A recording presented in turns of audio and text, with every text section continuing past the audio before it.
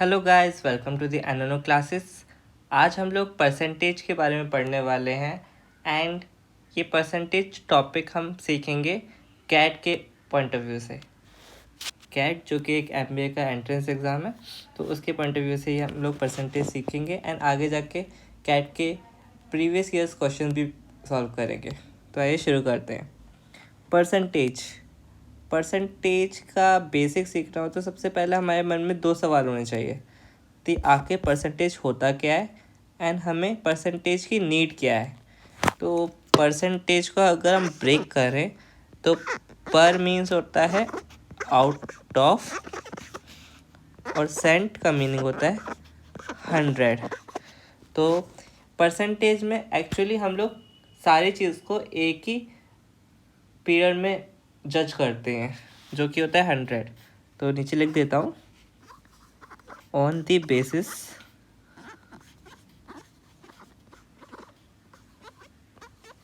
Of 100। And हमें क्यों चाहिए तो उसका मैं एग्जाम्पल से लेकर समझाना चाहूँगा। जैसे कोई आपका रिलेटिव आता है, आपसे नंबर पूछता है, तो आप उन्हें ये बोलोगे कि मेरे नंबर 400 आउट ऑफ 500 आए हैं या फिर 80% आए हैं। ऑफकोर्स 80% वाला उन्हें ईजिली समझ में आ जाएगा रेदर देन ये। एंड परसेंटेज को हम लोग एज अ कंपैरिजन के बेसिस पे भी देख सकते हैं। जैसे फॉर एन एग्जाम्पल, एक लड़का है अमन एंड दूसरा लड़का है रमन। ठीक है, अमन के नंबर आए 400 एंड रमन के नंबर आए 600। अमन के जो नंबर हैं वो आउट ऑफ 500 आए हैं एंड रमन के जो नंबर आए हैं वो आउट ऑफ 1000 आए हैं। तो फिर कौन सा सबसे अच्छा स्टूडेंट होगा? तो परसेंट की वजह से हम बता सकते हैं कि अमन अच्छा स्टूडेंट होगा क्योंकि अमन के नंबर्स आए हैं 80% एंड वहीं रमन के नंबर आए हैं 60%। तो हमारा परसेंटेज वाला टॉपिक बहुत जगह यूज़ होता है। जैसे फाइनेंशियल्स में होता है, मार्केटिंग में होता है, कंपैरिजन करने के लिए होता है, किसी प्रॉपर डेट्स को कम्प्लीटली एंड ईजिली समझने के लिए यूज़ होता है परसेंटेज का टॉपिक। तो यही इसका बेसिक है परसेंटेज का। आगे बढ़ते हैं। बेसिक स्टेटमेंट्स लिखे हुए हैं जैसे x% of y equal to y% of x and percentage change का फॉर्मूला लिखा हुआ है। ये सब हम लोग क्वेश्चंस की मदद से सीखेंगे। तो यहाँ पे हम लोग अपना पहला क्वेश्चन सॉल्व करते हैं जो कि है what is 20% of 50% of 40% of 20। तो ऑफकोर्स क्वेश्चन देखने में थोड़ा सा अजीब सा लग रहा होगा लेकिन क्वेश्चन बहुत आसान है। 20% मतलब 20 आउट ऑफ 100। तो हम लोग ब्रेक करके अच्छे से लिख लेते हैं 20%, 20 आउट ऑफ 100 और 50% ऑफ 40% ऑफ 20। तो ब्रेक करके कुछ ऐसी इक्वेशन बनेगी जो हम सॉल्व कर लेंगे।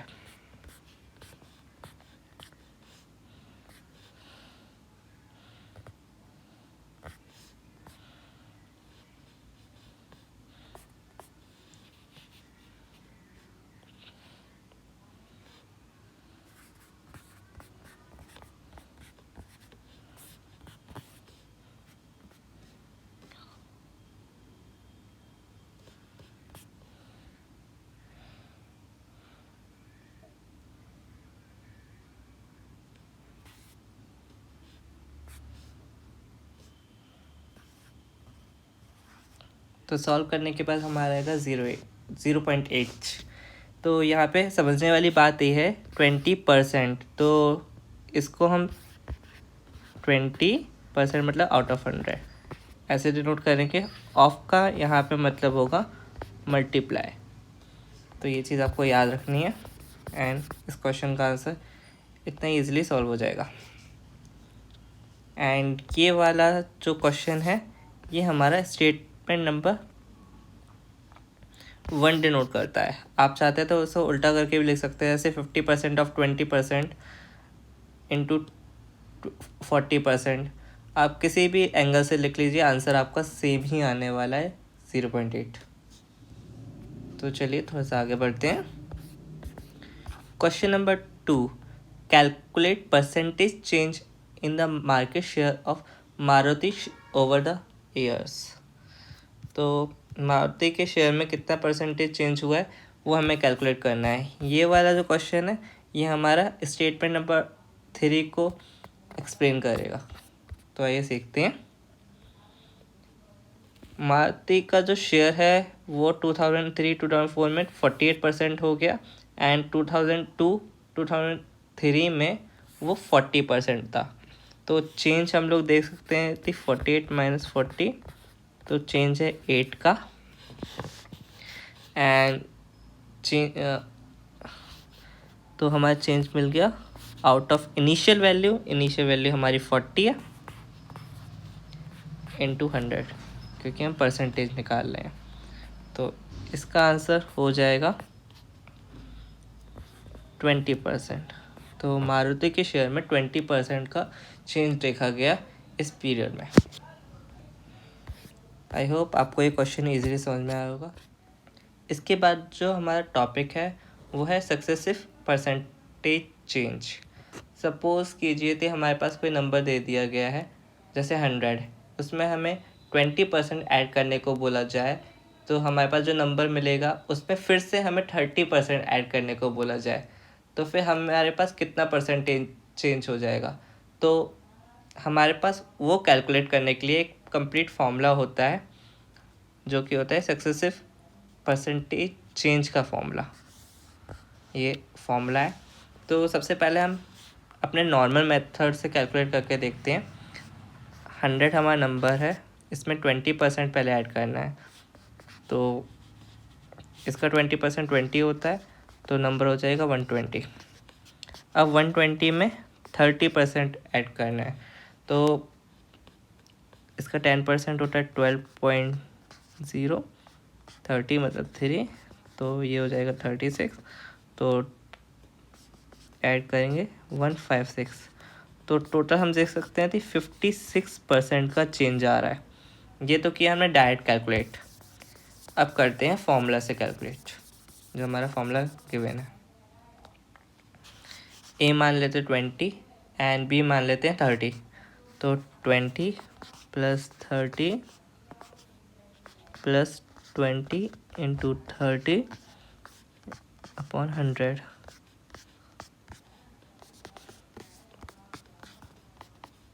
ये भी आया 56%।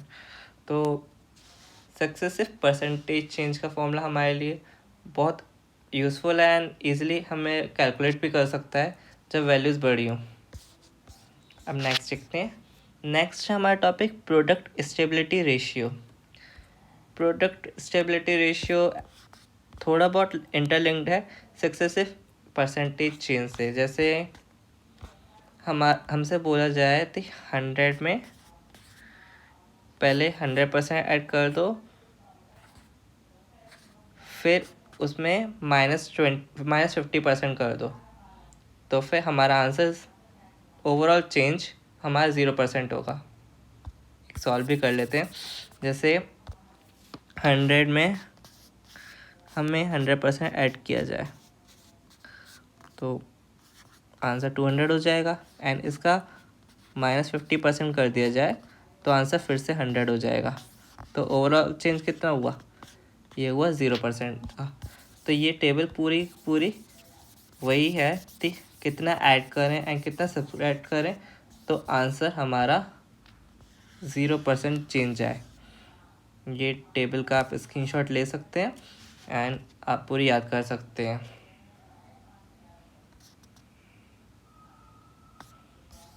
नेक्स्ट है हमारा परसेंटेज फ्रैक्शन रिलेशन। ये परसेंटेज फ्रैक्शन का पूरा चार्ट है। 1 को हम 100% बोलते हैं, 1/2 को 50% बोलते हैं। लेकिन ये आया कैसे? हमारा कोई फ्रैक्शन है 1/2, इसको 100 से मल्टीप्लाई करने पे हमें उसका परसेंटेज मिलता है। ये हुआ तो हमें मिल गया 50%। वहीं दूसरा ले लेते हैं, 1/5 ले लिया इंटू 100, तो वो 20, तो आंसर आएगा 20%। तो किसी भी फ्रैक्शन को 100 से मल्टीप्लाई करने पे हमें मिलता है परसेंटेज।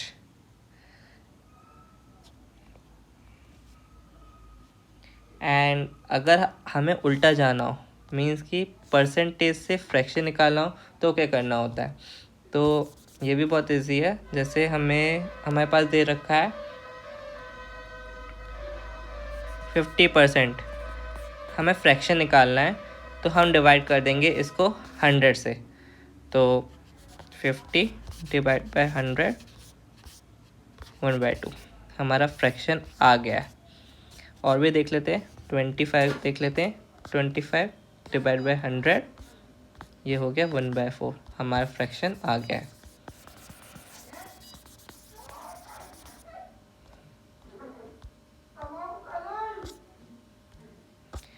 ये ओवरऑल उसका चार्ट।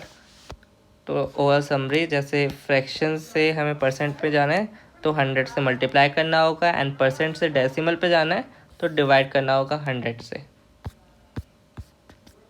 तो जल्दी से देख लेते हैं। सबसे पहले हमने देखा परसेंटेज का यूसेज, उसका बेसिक कॉन्सेप्ट, फिर थोड़े स्टेटमेंट पढ़े एंड समझे क्वेश्चंस को लेके। एक ये वाला क्वेश्चन हमने किया, उसके बाद हमने परसेंटेज चेंज का भी क्वेश्चन किया, फिर हमने सक्सेसिव परसेंटेज चेंज का बारे में देखा एंड उसका फॉर्मूला देखा। उसके बाद हमने प्रोडक्ट स्टेबिलिटी रेशियो के बारे में जाना, एंड लास्ट में हमने परसेंटेज फ्रैक्शन रिलेशन के बारे में भी जाना। तो अब शुरू करते हैं कैट के प्रीवियस ईयर्स क्वेश्चंस। तो सबसे पहले क्वेश्चन पे आते हैं। In a class 60% of the students are girls and the rest are boys. There are 30 more girls than boys. If 68% of the students, including 30 boys, pass an examination, the percentage of the girls who don't pass the exam is। तो ये एक data question है, तो हमें options provide नहीं होंगे। सबसे पहले गिवन डिटेल्स लिख लेते हैं।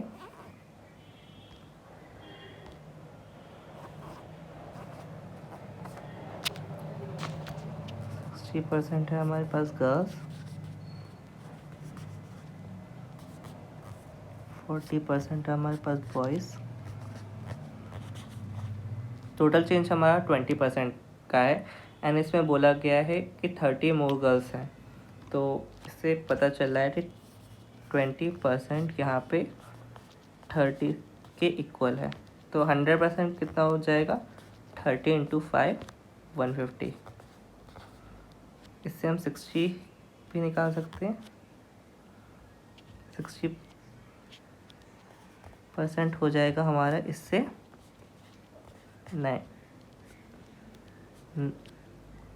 90, एंड 40% हो जाएगा हमारा 60। ये हमारे गर्ल्स हो गए, ये हमारे बॉयज़ हो गए। गैप देख सकते हैं, इसमें 30 का गैप है, जैसा कि क्वेश्चन में गिवन है। हमें दिया गया था 68% बच्चे पास हुए।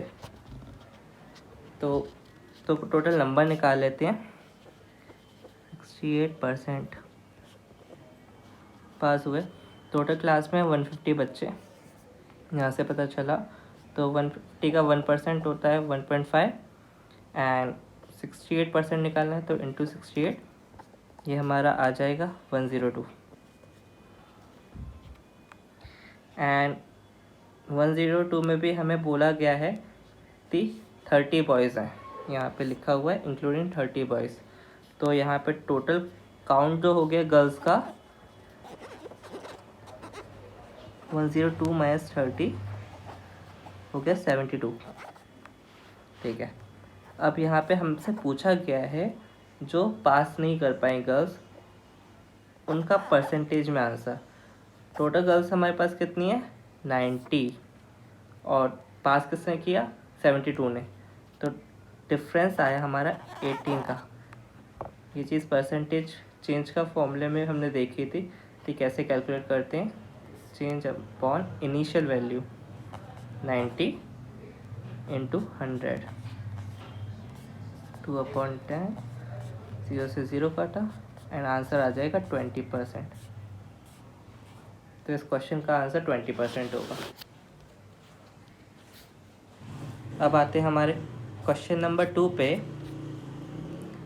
Meena scored 40% in an examination and after review, even though her score is increased by 50%, she fails by 35 marks. If her post-review score is increased by 20%, she will have 7 marks more than the passing marks. The percentage score needed for passing the examination is, तो यहाँ पे हमें passing percentage निकालना है इस question में।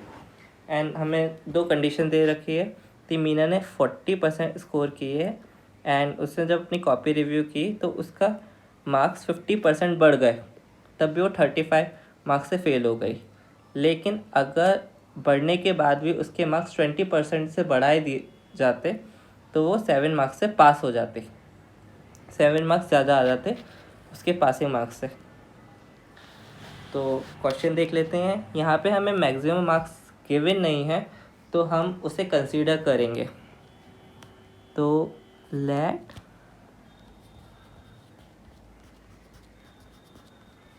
Hundred x, maximum marks हमने consider किया 100x एंड मीना के मार्क्स हमने कंसीडर करेंगे 40x, 40 गिवन है तो हमने 40x कंसीडर किया है।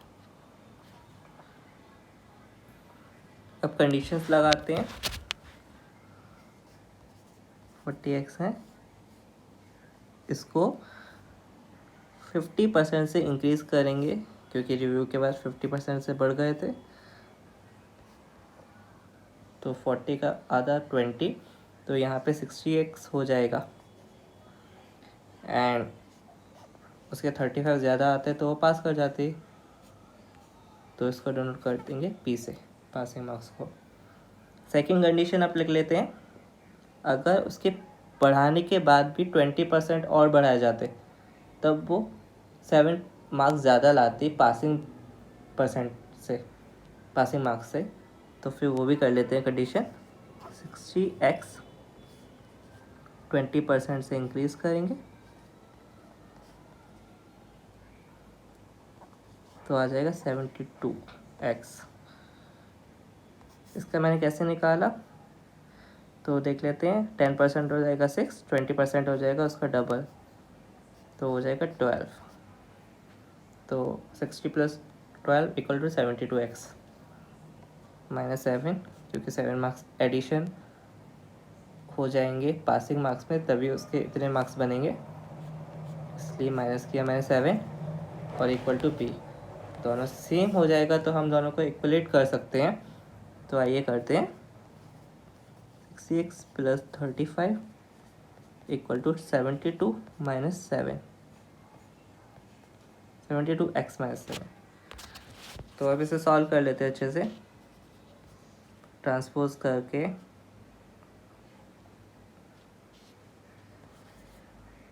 एक मिनट, यहाँ पे 72 - 7 होगा,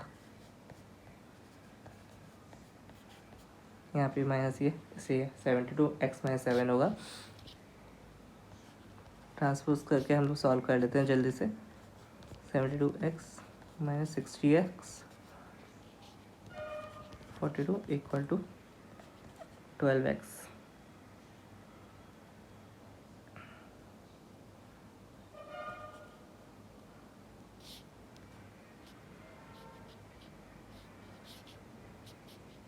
सिक्स से काट देते हैं, ये आएगा 7, ये आएगा 2, तो x की वैल्यू हमें जो मिली वो है 3.5। तो इससे पासिंग मार्क्स निकाल लेते हैं। पासिंग मार्क्स हम लोग इसमें या फिर इसमें किसी में भी पुट करके निकाल सकते हैं। तो पहली वाली कंडीशन में पुट कर रहा हूँ, 60 × 3.5 प्लस 35, तो इसका मल्टीप्लिकेशन का आंसर होगा 210, उसमें 35 ऐड करेंगे तो 245 आंसर आ जाएगा। सेकंड कंडीशन भी लगा के चेक कर लेते थे हमारा आंसर सही आ रहा है या नहीं। 72 इंटू 3.5 ये होता है 252, इसमें 7 माइनस करेंगे तो आंसर 245 ही आ रहा है, मतलब हमने सही निकाला है। लेकिन हमें आंसर परसेंटेज में निकालना है, तो हमें मैक्सिमम मार्क्स भी निकालना होगा, क्योंकि वो भी हमारे पास पूरा नहीं है, वो हमने 100x कंसीडर किया है। ये रब कर लेता हूँ।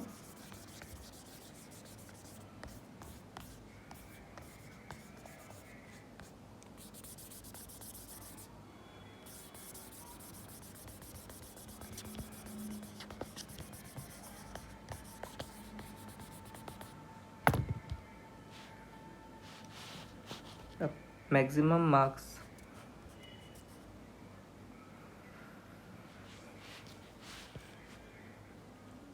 x हमारा निकला था 3.5 एंड मैक्सिमम मार्क्स हमने 100x कंसीडर किए हैं, तो फिर 3.5 इंटू 100 हो जाएगा 350। ये हमारे मैक्सिमम मार्क्स हैं। अब हमें परसेंटेज में आंसर चाहिए, तो परसेंटेज में हम अपना आंसर निकाल लेते हैं। 245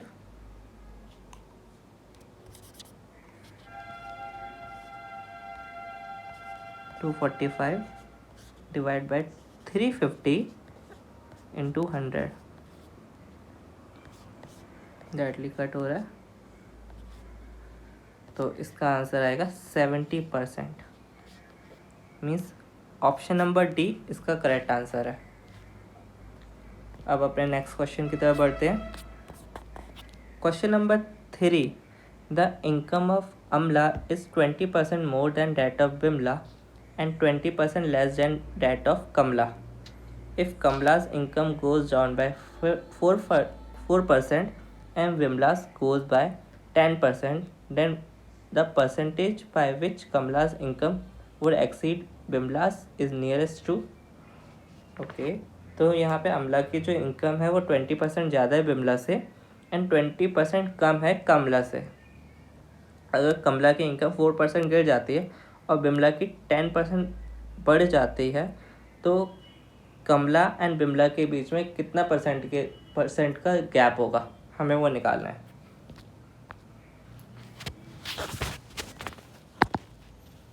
तो पहले डिनोट कर लेते हैं, हम लोग इसको रेशियोज़ की मदद से करेंगे।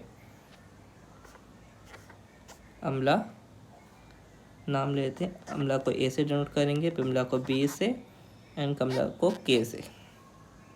तो सबसे पहली लाइन में अमला एंड बिमला का कंपैरिजन है, इसलिए अमला एंड बिमला का रेशियो लेंगे। अमला का 20% ज़्यादा है, तो एंड बिमला को 100% कंसिडर करते हैं, तो इसका रेशियो 6/5 हो जाएगा। 5 को हमने 100 के बेस पे लिया है, मीन्स इसको 20 से मल्टीप्लाई करेंगे दोनों को, तो 120/100 आएगा, मीन्स ये 20% ज़्यादा है। नेक्स्ट रेशियो लेते हैं। नेक्स्ट रेशियो है हमारा अमला एंड कमला का, तो इनका रेशियो हो जाएगा 4/5, क्योंकि 20% कम है। अब दोनों में हमारी एक कॉमन चीज़ है अमला, तो दोनों के रेशियोस हमें सेम करने होंगे। तो दोनों का रेशियो सेम करने के लिए हम लोग ऊपर वाले को 2 से मल्टीप्लाई कर देंगे एंड नीचे वाले को 3 से मल्टीप्लाई कर देंगे, तो अमला का रेशियो बिल्कुल सेम आ जाएगा। ये आ जाएगा 12/10 एंड इधर आ जाएगा 12/15। तो पूरा अच्छे से रेशियो लिख लेते हैं। 12, 10, 15। इसको 100 के टर्म्स पे ले लेते हैं अच्छे से, तो आंसर आ जाएगा 120 रेशियो 100 रेशियो 150। अब हमारी कंडीशन लगाते हैं ये वाली,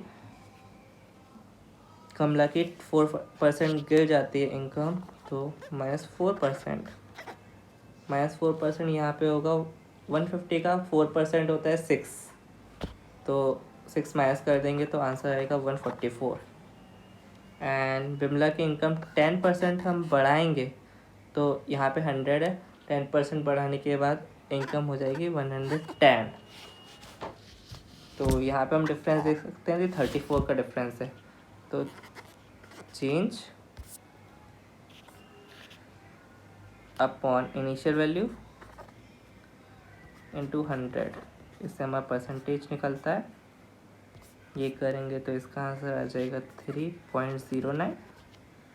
तो यहाँ पे आंसर आ रहा है 30.9% का, जो कि क्लोज है 31 से, तो आंसर हो जाएगा 31%।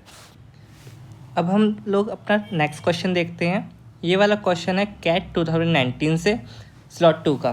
तो देखते हैं।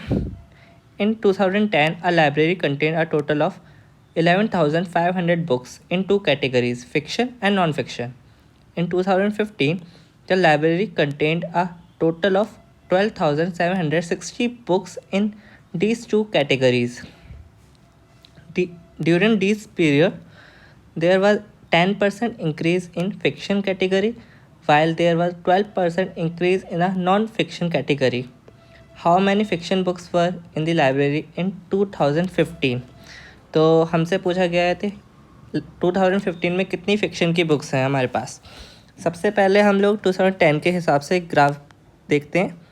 2010 में हैं 11,500 books, 2 categories, fiction and non fiction. Fiction में हमारे पास 10% इंक्रीज़ है, इसमें 12% जो हम ले सकते हैं 10% प्लस 2%। एंड 2015 में देखा जाए तो हमारा है टोटल 12760। इसमें एक बात है, अगर हमारी दोनों बुक्स 10% के रेट से इंक्रीज़ होती तो हमारा टोटल बुक्स भी 10% इंक्रीज़ होती, मतलब ये वाला 10% इंक्रीज़ होता। लेकिन ये हमारा 10% इंक्रीज़ नहीं है। तो सबसे पहले निकालते हैं तो ये कितना इंक्रीज़ है इससे।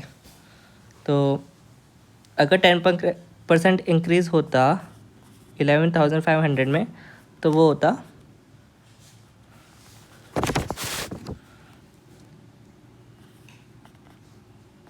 12,650।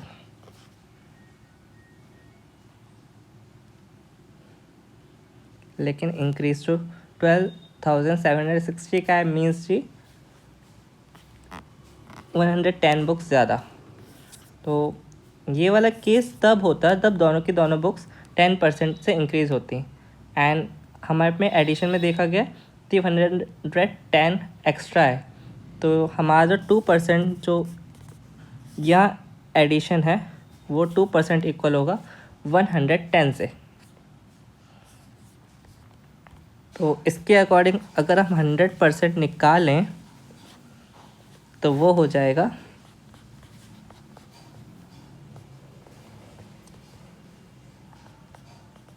5500। ये हैं non fiction books in 2010। And 2010 में अगर फिक्शन बुक्स निकालें तो वो निकल जाएंगे 11,500 माइनस 5500, तो हमारी फिक्शन बुक्स आ जाएंगी 6,000। अब इसमें हमारे पास एक कंडीशन दे रखी है कि 2015 में वो 10% इंक्रीज़ हो गई, तो 6,000 का 10% होता है 600 ऐड हो जाएगा, तो 6,600 बुक्स आ जाएंगी हमारे पास फिक्शन की 2015 में। तो इसका आंसर होगा 6,600, option number A. Next question भी हमारे पास 2019 स्लॉट 2 का है। एंड ये क्वेश्चन आप सबके लिए होमवर्क है, प्लीज़ इसका स्क्रीनशॉट ले लीजिए एंड इसका आंसर आपको कमेंट बॉक्स में लिखना है। तो आज की वीडियो में सिर्फ इतना ही। होप सो आपको क्वेश्चंस पसंद आए होंगे एंड आप तो बहुत कुछ सीखने को मिला होगा। अगर अच्छा लगे तो लाइक शेयर एंड कमेंट कीजिएगा and stay tuned. Thanks for watching.